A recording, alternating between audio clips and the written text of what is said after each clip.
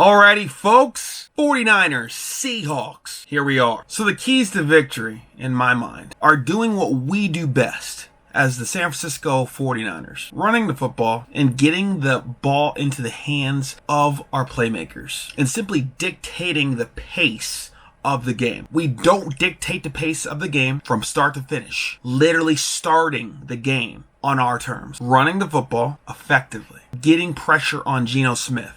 He's been sacked more than twice in 16 of these games. We have to continue that trend. Do you remember that game in Seattle? We were so physically dominant, it was crazy. I don't know if I've seen my 49ers play a physically dominating game like that in a while. Now, that game was actually close.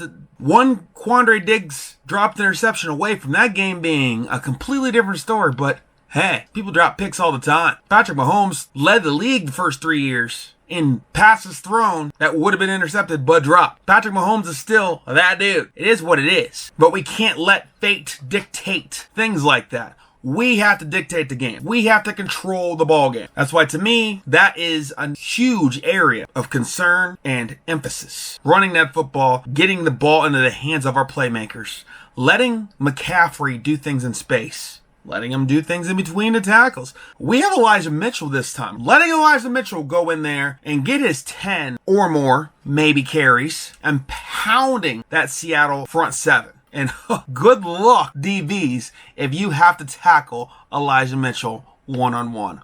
Good luck with your life. Same thing for Christian McCaffrey, though. I think Elijah Mitchell, Christian McCaffrey, Jordan Mason, Deebo Samuel, there's no reason between our stable of running backs, there shouldn't be 30 to 40 times that we run that football. If we can run that football more than 30 times on Saturday, there's no reason to come out that game with an L. It should be a convincing, dominating, bruising victory. Brock Purdy shouldn't have to throw more than 30 passes. If Brock Purdy goes over 30 passes, then we're having problems. We have to get started off on the right foot. Can't have a game like, you remember back in the Harbaugh era, Atlanta 49ers NFC Championship, and all of a sudden we're down 3 scores. Like, blink of an eye, I swear to you. All of a sudden we're down 3 scores. If something happens in this Seattle game and we're down multiple scores, we have to stay the course. And Kyle Shanahan's been doing a really good job of that this year, just staying the course, playing his kind of football, and keeping everybody intact mentally, physically, and in the game. So if, for some reason, things go bad, Brock throws an interception, Juwan Jennings drops another one off, and they intercept it, somebody fumbles, crazy things happen, punts blocked, I don't know. I really don't want any of those things to happen. But if that does happen, and all of a sudden we're down a few scores, and we gotta just figure out a way, can't just put Brock Purdy back there and be like, all right, guess we're going to go 5 wide. Now, I wouldn't mind seeing it. I'm very curious as to what would happen if we need Brock Purdy to drop back and just sling it 30, 40 times. Maybe our run game just doesn't work at all. And Seattle has dialed it up all week. I'm interested to see what Brock Purdy does. I really am. I don't want to see that. I don't want to even be tested like that.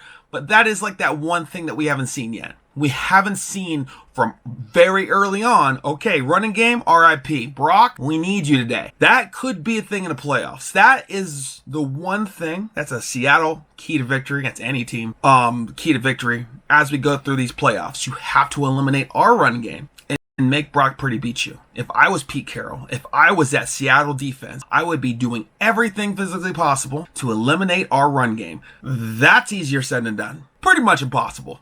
Seems pretty much impossible. But the Raiders and Stidham put up how many yards on our defense? Anything's possible. NFL playoffs, it's an entirely different ball game. It's a different atmosphere. It's going to be in the rain. So maybe our running game just doesn't work. What are you going to do, Brock Purdy? What are you going to do? And really, I'm looking at, what are you going to do, Kyle Shanahan? What kind of plays are you going to dial up to put Purdy in the right position for him to make those right reads, for people to be open? So Kittle, so Deebo, so Ayuk, so Jennings, so Ray, so McCaffrey can catch passes and do things. So Juice, even Eli. We have a lot of options, bro. A lot of options, and we can win this game. We have to dictate the pace of this game. We have to get pressure on Geno.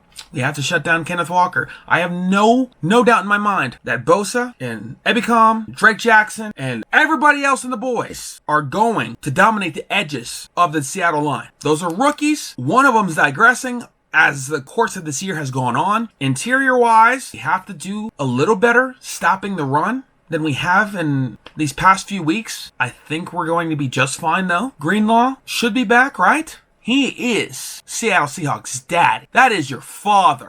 Greenlaw, Fred Warner, Al-Shaair, best linebacking core in all the land. Fully intact, we should be good. Just in case you get past Kinlaw, ever the heck is next to him, because we have multiple moving pieces right there. We have three people better than everybody else in the league as a unit, ready to rock your world. And then just so happens, Gibson, Hufanga, Jimmy Ward, all right there, very much so near that box, ready to come up, strip the ball, hit you, and take it back for 6. The one matchup I'm interested in to see, obviously, is DK versus Ward. It's going to be chippy. It's going to be chirpy. Hopefully the refs just let them do what they do. It's going to be very pushy and grabby all day long. We know this. Just let them play, refs. Just let them do what they do. Don't be throwing flags. I could honestly see a few flags being thrown each way. The matchup I'm interested in seeing is see if the Seattle Seahawks can even attempt to exploit it is Deommodore Lenoir. What are they going to do with him? I would be doing everything I possibly can to attack him. Short, over the top, get in his head. He's still young. He's played better as the season's gone on.